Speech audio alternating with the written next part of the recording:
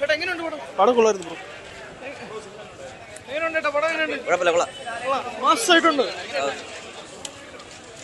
അടിപൊളി അടിപൊളി നല്ല നല്ല മേഖല.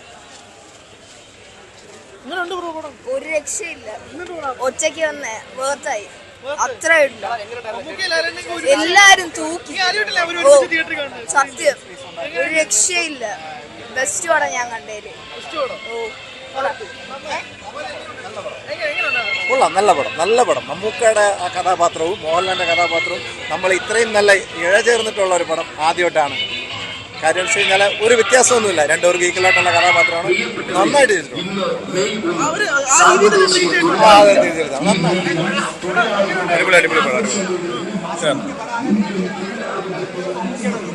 അത് നോക്കണ്ട, പടം കൊള്ളാം, അടിപൊളിയോ, വൻ വിജയായിരിക്കും. മമ്മൂട്ടിയും ലാലേട്ടൻ തന്നെ തൂക്കിയ സിനിമ ആണ് എല്ലാവർക്കും ട്രീറ്റ് തന്നെ. ഭയങ്കര അഭിപ്രായമാണ് പ്രേക്ഷകരുടെ ഭാഗത്തു നിന്നും. പ്രത്യേകിച്ച് ലാലേട്ടന്റെയും മമ്മൂക്കയുടെയും കുറെ ആക്ഷൻ സീൻസ് ഉണ്ട്, അതാണ് ഹൈലൈറ്റ്. പക്ഷേ ഏറ്റവും ഇമ്പോർട്ടൻറ്റ് എനിക്ക് തോന്നുന്നു ഇതിൽ ആ ഒരു സോഷ്യലി റിലവൻ്റ് ആയിട്ടുള്ള സ്റ്റോറിയും അതിനെ ഇന്റർലിങ്ക് ചെയ്ത് എല്ലാവരും ഒരു ചിലപ്പോൾ ഒരു 5 മിനിറ്റത്തേക്കുള്ള റോളാണെങ്കിൽ പോലും അവരെല്ലാവരും അത് ഭംഗിയായിട്ട് ചെയ്തിട്ടുണ്ട്.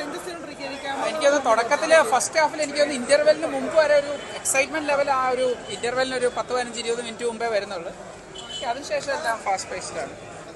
അവർ അതേ രീതിയിൽ ട്രീറ്റ് ചെയ്തിട്ടുണ്ട്, നമ്മൾ കാണാൻ ആഗ്രഹിക്കുന്ന രീതിയിൽ. മഹേഷ് നാരായണൻ നല്ലൊരു ഫിലിം മേക്കറാണ്. പുള്ളിയുടെ ആ ഒരു ക്വാളിറ്റി മെയിൻറ്റെയിൻ ചെയ്താണ് പുള്ളി ചെയ്തത്. അത് സ്റ്റോറിക്കാണ് ഇമ്പോർട്ടൻസ്. അപ്പോൾ എല്ലാ ക്യാരക്ടേഴ്സും അതുപോലെ തന്നെ ആയിരിക്കുമല്ലോ. ഇപ്പം ഇതിപ്പം 2020 ആയിട്ട് കമ്പയർ ചെയ്യാൻ പറ്റത്തില്ല. ഇത് വേറൊരു ഡിഫറെൻറ്റ് ട്രീറ്റ്മെൻ്റ് ആണ്. പക്ഷെ കൊള്ളാം, നല്ല പടമാണ്. ഓഫ് കോഴ്സ്, അതുകൊണ്ടാണല്ലോ പുള്ളി എല്ലാവരും അതെ ഡീസൻ്റ് ആയിട്ട് ചെയ്തിട്ടുണ്ട്. സൂപ്പറായി, അടിപൊളി. നല്ല പടം.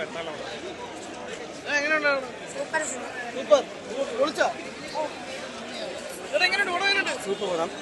അതായത് നമ്മളെ മോഹൻലാൽ മമ്മൂട്ടിയും മോഹൻലാൽ കുറച്ചുണ്ടെങ്കിലും സൂപ്പർ. ആ അടിപൊളി മമ്മൂട്ടി പടം.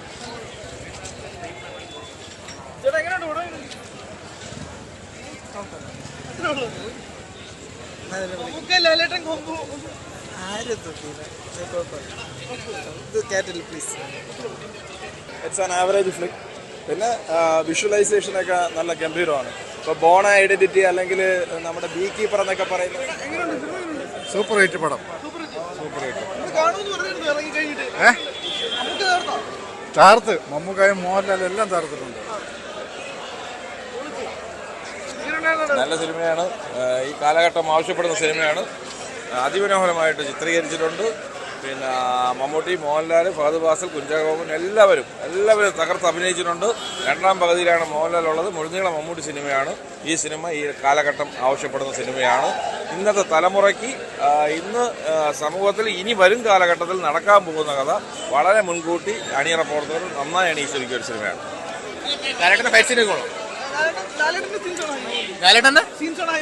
പടത്തിൽ ഹൈ മൊമെന്റ് പുള്ളി വരുമ്പോഴാണ്, ലാലേട്ടൻ വരുമ്പോഴാണ്. അടിപൊളി പടം, സൂപ്പർ പടം, നല്ല പടം, അടിപൊളി പടം. സൂപ്പർ പടം, കൊള്ളാം. പടം എന്തായാലും പൊളിച്ചു. മമ്മൂക്കായും ലാലേട്ടനും കുറേ നാളത്തിന് ശേഷം വീണ്ടും സ്ക്രീനിൽ തിരിച്ചു വന്നു. എന്തായാലും കൊള്ളാം.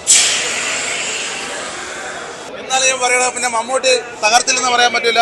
മമ്മൂക്കയുടെ നല്ല ഗംഭീര പെർഫോമൻസ് ആണ്. മഹേഷ് നാരായണന്റെ നല്ല സ്ഥലമായിട്ട് മലയാള സിനിമ നല്ലൊരു മാറ്റത്തിലോട്ട് വന്നിരിക്കുകയാണ് എന്നാ പറയാൻ പറ്റും. സൂപ്പർ പടം. ആ സൂപ്പർ വിജയം. മോഹൻലാലും മമ്മൂട്ടിയും ഫഹദ് ഫാസിലും കുഞ്ചാക്കോബനും എല്ലാം നല്ല തകർത്ത് അഭിനയിച്ചിട്ടുണ്ട്. കാരണം വെച്ചാൽ 2020 ശേഷം വീണ്ടും നമുക്ക് ആ ഒരു പേരിന് കിട്ടിയതിൽ വളരെ സന്തോഷമുണ്ട്. കാരണം ഇനിയും നല്ല പടങ്ങൾ വരണം. എൻ്റെ അഭിപ്രായത്തിൽ കണ്ടില്ലേ തകർക്കുക ഉള്ളത് അല്ല. എൻ്റെ അഭിപ്രായത്തിൽ എന്ന് വെച്ചാൽ ഇനിയും ഇതുപോലുള്ള മോഹൻലാൽ, മമ്മൂട്ടി, കുഞ്ചാക്കോബൻ എല്ലാവരും ചേർന്ന് ഒരു നല്ല പടങ്ങൾ വീണ്ടും കൊണ്ടുവരണം. എല്ലാവരും തിയേറ്ററിലേക്ക് വന്ന് ഈ പടം കാണാം.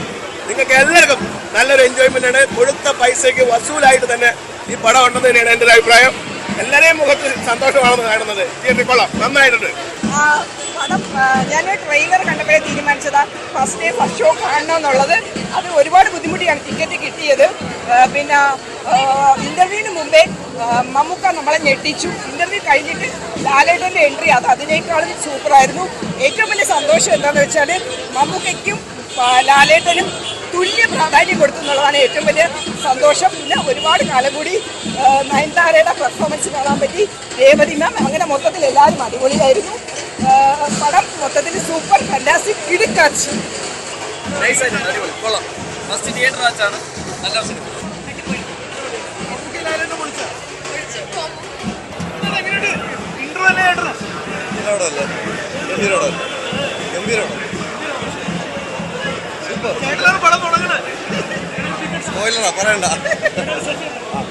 പടം സൂപ്പർ പടം. 18 വർഷങ്ങൾക്ക് ശേഷം മമ്മൂക്കയും ലാലേട്ടനും ഒന്നിക്കുന്ന സിനിമ മലയാള സിനിമയുടെ ഒരു ചരിത്രമായി മാറുന്ന കാര്യം. ദേശസ്നേഹത്തിൻ്റെ പടം. ഈ രാജ്യത്ത് നടക്കാൻ പറ്റുന്നതും ഒരിക്കരുത് നടക്കരുത് എന്ന് ആഗ്രഹിക്കാത്തതുമായ ചില കാര്യങ്ങൾ കൂടി പറയുന്ന സിനിമയാണ്. മമ്മൂക്കയും ലാലേട്ടനും തകർത്തു. കൂടെ മഹേഷിൻ്റെ നല്ലൊരു അഭിനയം. ഇങ്ങനൊരു സിനിമ നിർമ്മിക്കാൻ പറ്റിയ ആൻഡോ ജോസഫിന് വളരെയധികം നന്ദി.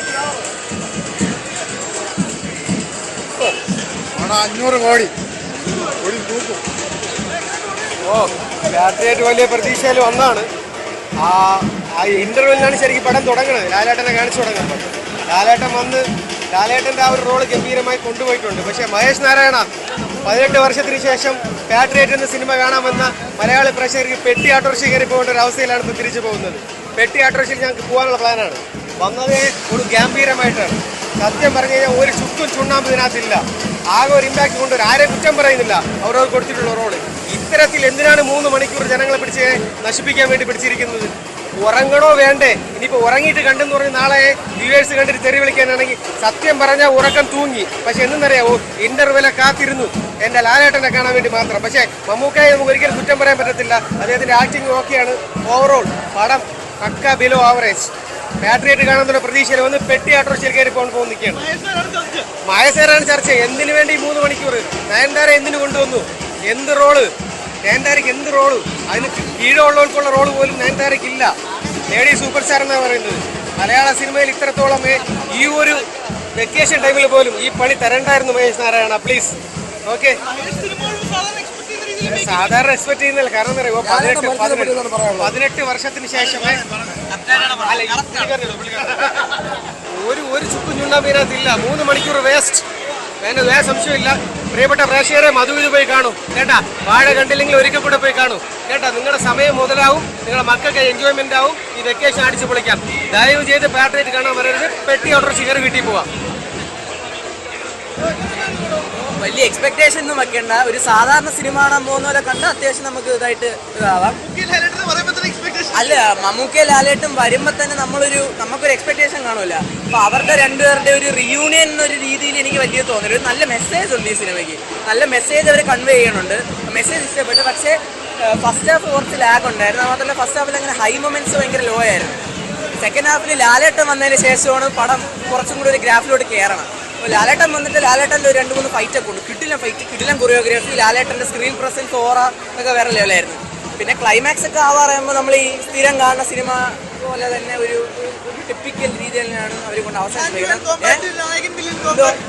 നായകൻ വില്ലൻ കോമ്പാക്ട് ഒന്നും വലിയ ഫഹദിൻ്റെ ആക്ടിങ് കിട്ടില്ലായിരുന്നു. അപ്പോൾ അത് നന്നായിട്ട് അഭിനയിച്ചിട്ടുണ്ട്. പക്ഷെ നമ്മൾ സാധാരണ ഇപ്പോൾ ഈ പടം കണ്ടിട്ട് നമുക്ക് ആ ഒരു ഹൈ കിട്ടില്ല. അത് മിസ്സിങ് ആയിട്ട്. ടെക്നിക്കലി ടോപ്പ് നോച്ചാണ് പടം. മേക്കിംഗ്, അതുപോലെ തന്നെ എഡിറ്റിംഗ്, ഫൈറ്റ് സീക്വൻസ് ഒക്കെ കിട്ടിലുമാണ്. പക്ഷേ നമ്മൾ ഭയങ്കര എക്സ്പെക്ടേഷൻ വെക്കേണ്ട. ഒരു നോർമൽ പടം കാണുന്ന പോലെ വന്നാൽ നമുക്ക് നോർമലായിട്ട് ഇറങ്ങി വരാം. ബ്രോ, പടം വൈസ് നോക്കുമ്പോഴത്തേക്ക് നമ്മൾ മമ്മൂക്ക ലാലേട്ടൻ ഇവർ രണ്ടുപേരും എന്ന് പറയുമ്പോൾ നമ്മൾ ഭയങ്കരമായിട്ട് ഒരു എക്സ്പെക്ടേഷൻ ഒക്കെ ഫീൽ ചെയ്യും. പടത്തിൽ ആൾറെഡി നമുക്കൊരു നോർമൽ മൈൻഡ് പടം പോലെ തന്നെ ഫീൽ ചെയ്താൽ, എന്നാൽ രണ്ടുപേരും ഒരുമിക്കുമ്പോഴേ എന്തെങ്കിലുമൊക്കെ നമുക്ക് ഫീൽ ചെയ്യണ്ടേ. അത് സ്ക്രീനിൽ കാണുമ്പോൾ ഒരു രീതിയിലുള്ള ഫീലിങ്സോ ഒന്നുമില്ല. ഫസ്റ്റ് ഹാഫ് ഒരു ആവറേജ് ആണെങ്കിൽ സെക്കൻഡ് ഹാഫ് അതിനേക്കാൾ പിന്നെ കുഴപ്പമില്ല എന്ന് പറയാനേ ഉള്ളൂ. ലാലേട്ടനൊക്കെ ഒരുമാതിരി കാപ്പാനിൽ കൊണ്ടുവന്ന് മരിച്ച് കളഞ്ഞില്ലേ, അതേ ഫീൽ തന്നെ എനിക്ക് തോന്നി. കാപ്പാൻ 2.0 പോലെ. അല്ലാതെ ഭയങ്കരമായ ഇമ്പാക്റ്റോ കാര്യങ്ങളോ ഉണ്ടാക്കാവുന്നില്ല. സെക്കൻഡ് ഹാഫ് ഒരു ഇമോഷണൽ കണക്ട് ഉണ്ടാക്കാൻ നോക്കിയെന്നുള്ളൂ. അല്ലാതെ വൈസ് നോക്കുമ്പോഴത്തേക്ക് പടം ഒരു ആവറേജേ ഉള്ളൂ, ഒന്നുമില്ല. അതായത് ഇത്രയും വലിയ സ്റ്റാർസിനെ അതെ, ഈ സ്റ്റാർസിനെ കൊണ്ടുവന്നിട്ട് ഇങ്ങനത്തെ ഒരു പടം എടുത്ത് വെക്കാനാണെങ്കിൽ സ്റ്റാർസിൻ്റെ ആവശ്യമില്ലല്ലോ. നോർമൽ ഒരു കുഞ്ചാക്ക് മുഹമ്മദ് ഫഹദ്, ഈ ആസിഫ് അലി അവരെയൊക്കെ കൊണ്ടുവന്ന് നിർത്തിയാൽ മതിയായിരുന്നു. ഭയങ്കരമായ ലാലേട്ടൻ മമ്മൂക്ക എന്ന് പറയുമ്പോൾ നമ്മൾ ഭയങ്കരമായിട്ട് ഫീൽ ചെയ്യും. ഒരു റീയൂണിയൻ എന്ന് പറയുമ്പോഴത്തേക്കും 2020 ശേഷം ആ ഒരു ഫീൽ നമുക്ക് പറഞ്ഞു. ഇതൊന്നുമില്ല, ചുമ്മാ ഒരു നോർമൽ സ്റ്റാറിനെ കൊണ്ട് ചെയ്യാനേ ഉള്ളൂ. ലാലേട്ടനെ മമ്മൂക്കയെ കൊണ്ടുവന്നിട്ട് ഇങ്ങനെ നശിപ്പിച്ചൊരു പടം ചെയ്യണേ അതിൻ്റെ ആവശ്യമില്ല. നമുക്കൊരു ഭയങ്കര നിരാശ തന്നെയാണ് ഫീൽ ചെയ്തത്. 100% വർക്കല്ല. കാരണം ലാലേട്ടനെ കൊണ്ടൊന്നും ചെയ്യാനില്ല അതില്. അത് ഇവർ രണ്ടുപേരും ഒന്നിക്കുമ്പോൾ നമുക്കൊരു ഗൂസ് ബമ്പ് ഫീൽ ചെയ്യണം. അതുപോലുമില്ല. സുഷിന്റെ രീതിയിൽ കുറച്ച് കത്തിക്കുന്നുണ്ട്, പക്ഷേ അത് നമുക്ക് ഒരു രീതിയിലുള്ള ഇമ്പാക്റ്റ് ഉണ്ടാവുന്നില്ല. ഒരു ആവറേജ് അനുഭവം അത്രേ ഉള്ളൂ പടത്തിൽ. 100% നിരാശയല്ല. എന്നാലും പടം സൂപ്പറായിരുന്നു. ഡയറക്ഷനും സ്റ്റോറിയൊക്കെ ഇഷ്ടപ്പെട്ടു അത്യാവശ്യം. പിന്നെ ഫൈറ്റൊക്കെ സൂപ്പറാണ്. ഇതിന്റെ ലിഫ്റ്റ് ഫൈറ്റൊക്കെ സൂപ്പറായിരുന്നു. കോംബോ പെർഫെക്റ്റ് ആയിരുന്നു. കാസ്റ്റിംഗ് ഒക്കെ പക്കയാണ്. പക്ഷെ ചെറിയൊരു പോരായ്മ തോന്നി. എന്തായാലും കുഴപ്പമില്ല, നല്ല പടമായിരുന്നു. ഓ സ്റ്റാർസിനൊക്കെ പക്കയായിട്ട് യൂസ് ചെയ്തിട്ടുണ്ട്. എന്ന് വെച്ചാൽ ഫൈറ്റ് ഒക്കെ പക്കയാണ്. ഇപ്പൊ നമുക്ക് ഓവറായിട്ട് തോന്നിയിട്ടുമില്ല. പക്ഷെ നല്ല ഫൈറ്റാണ് അവർക്ക് കൊടുത്തിരിക്കുന്നത്. അവർക്ക് പറ്റിയ ഫൈറ്റായിരുന്നു. ഇപ്പം നമുക്ക് പോരായ്മകൾ പറയാനായിട്ടില്ല. പക്ഷെ എന്തോ ഒരു ചെറിയൊരു കുറവ് വന്നിട്ടുണ്ട്. എന്നാലും പടം അടിപൊളിയായിരുന്നു. കണ്ടന്റ് ഒക്കെ സൂപ്പറാണ്. അതാണ് വിഷയം. ഓക്കെയാണ്, അല്ലാതൊരു ഇത്രയും ഹൈപ്പ് പറയേണ്ട സംഭവമൊന്നുമില്ല. ഓക്കെയാണ് പടം. ആവറേജിലും കുറച്ച് താഴെ പറയുള്ളൂ. കാരണം ലാലേട്ടൻ മമ്മൂക്ക എന്നുള്ളൊരു വലിയ സ്റ്റാർസിനെ കിട്ടി ഇങ്ങനെ ഒരു അവാർഡ് മൂവി പോലത്തെ സാധനം എടുക്കേണ്ട ഒരു ആവശ്യമില്ലായിരുന്നു. പക്ഷെ മഹേന്ദ്രനാഥന്റെ ആ ഒരു ക്യാമറ ആംഗിൾ, സ്ക്രീൻ പ്രസൻസ് ഒക്കെ പൊളിയാണ്, സ്റ്റോറി ലൈനൊക്കെ പൊളിയാണ്. പക്ഷെ നമുക്ക് ആ ഒരു സാധനം കിട്ടിയില്ല, ഒരു വാവ് ഫാക്ടർ ഇല്ല. ലാലേട്ടൻ കൊള്ളാം, കൊണ്ടുപോയി. ലാലേട്ടനാണ് നോക്കിയത്. പക്ഷെ ഒരു ആവറേജാ, അല്ലാതെ ഇത്ര ഹൈപ്പൊന്നും ഇല്ല പടത്തിനൊന്നും. എത്ര പടം നിന്റെ പടം പൊളിയായിട്ടുണ്ടാ? സൂപ്പർ പടമായിട്ടുണ്ട്. ഞാൻ കണ്ടതിൽ വെച്ച് അടുത്ത കാലങ്ങളിൽ വെച്ചിട്ട് നല്ല പടം തന്നെയാണ് കണ്ടത്. പിന്നെ ഇതിനെപ്പറ്റി പടത്തിനെ പറ്റി എന്താണ് ചോദിക്കുന്നത് ഞാൻ പറഞ്ഞുതരാം, നമ്മൾ അനുഭവിച്ചിട്ട്. ഇത്രയും സ്റ്റാർ കാസ്റ്റ് ഉണ്ടാകുമ്പോൾ ഒബ്വിയസ്ലി അവർ തന്നില്ലെങ്കിലും we will be having an expectation. അത് നമ്മുടെ തെറ്റല്ല. പക്ഷെ അത്രയ്ക്കുണ്ടോ എന്ന് ചോദിച്ചാൽ I would say this is a normal movie. ഒരു സോഷ്യൽ കോസിനെ പറ്റി നമുക്കൊരു പബ്ലിക്കിനൊരു അവയർനെസ് തരുന്നുണ്ട്. പക്ഷെ അത് ഇത്രയും വലിച്ചു നീട്ടിയുള്ള അവയർനെസ് വേണമായിരുന്നു എന്ന് ചോദിച്ചാൽ I would say no. Because ഒരു ഇൻസിഡന്റ് വെച്ചിട്ടാണ് ഈ എൻറ്റയർ മൂവി റോൾ ഔട്ടായി പോകുന്നത്. സോ അത് എനിക്ക് അത്രയ്ക്കൊരു, ഇപ്പം എനിക്ക് സിനിമയുടെ ABCD അറിയില്ല. പക്ഷേ as A normal audience who had taken the ticket for the first show, എനിക്കിത് ജസ്റ്റ് ഒരു നോർമൽ സാധാരണ ഒരു മൂവിയായിട്ട് മാത്രമേ തോന്നുള്ളൂ. അടിപൊളി പടം. 18 വർഷത്തെ കാത്തിരിപ്പ് വെറുതെ ഒന്നും ആയില്ല. വേറെ ലെവൽ പടം. അതിനകത്ത് ആരാധകർക്ക് വേണ്ടാന്ന് തോന്നിയൊരു സീനുണ്ട് ആക്ച്വലി. ബട്ട് മൂവി അടിച്ചു പൊളിച്ചു. ഫാസ്റ്റ് ഫാസ്റ്റിൽ വേറെ ലെവൽ അഭിനയം. കാരണം ഇത്ര അഭിനയ രാജാക്കന്മാരെ മുമ്പിൽ പിടിച്ചിരിക്കാൻ പറ്റിയത് ഒരു വലിയ കഴിവാണ്. കുഞ്ചാക്കോ ബോബനാണെങ്കിലും ഫേമസ് ആണ്. ചോക്ലേറ്റ് ഹീറോയിൽ നിന്നിപ്പോൾ വേറെ ലെവൽ അഭിനയമാണ് രണ്ടുപേരും. ആൻഡ് ഒരു അടിപൊളി പടം. നമ്മൾ കുറച്ച് അവെയർ ആയിട്ട് ഇരിക്കേണ്ട കാര്യങ്ങൾ അതിനകത്ത് കാണിക്കുന്നുണ്ട്. സോഷ്യൽ മീഡിയയിൽ ഫോൺസ്, ലാപ്ടോപ്സ് ഒക്കെ നമ്മൾ യൂസ് ചെയ്യുന്ന രീതി കുറച്ചും കൂടി കാണിക്കുന്നുണ്ട്. എന്തായാലും അടിപൊളി പടം.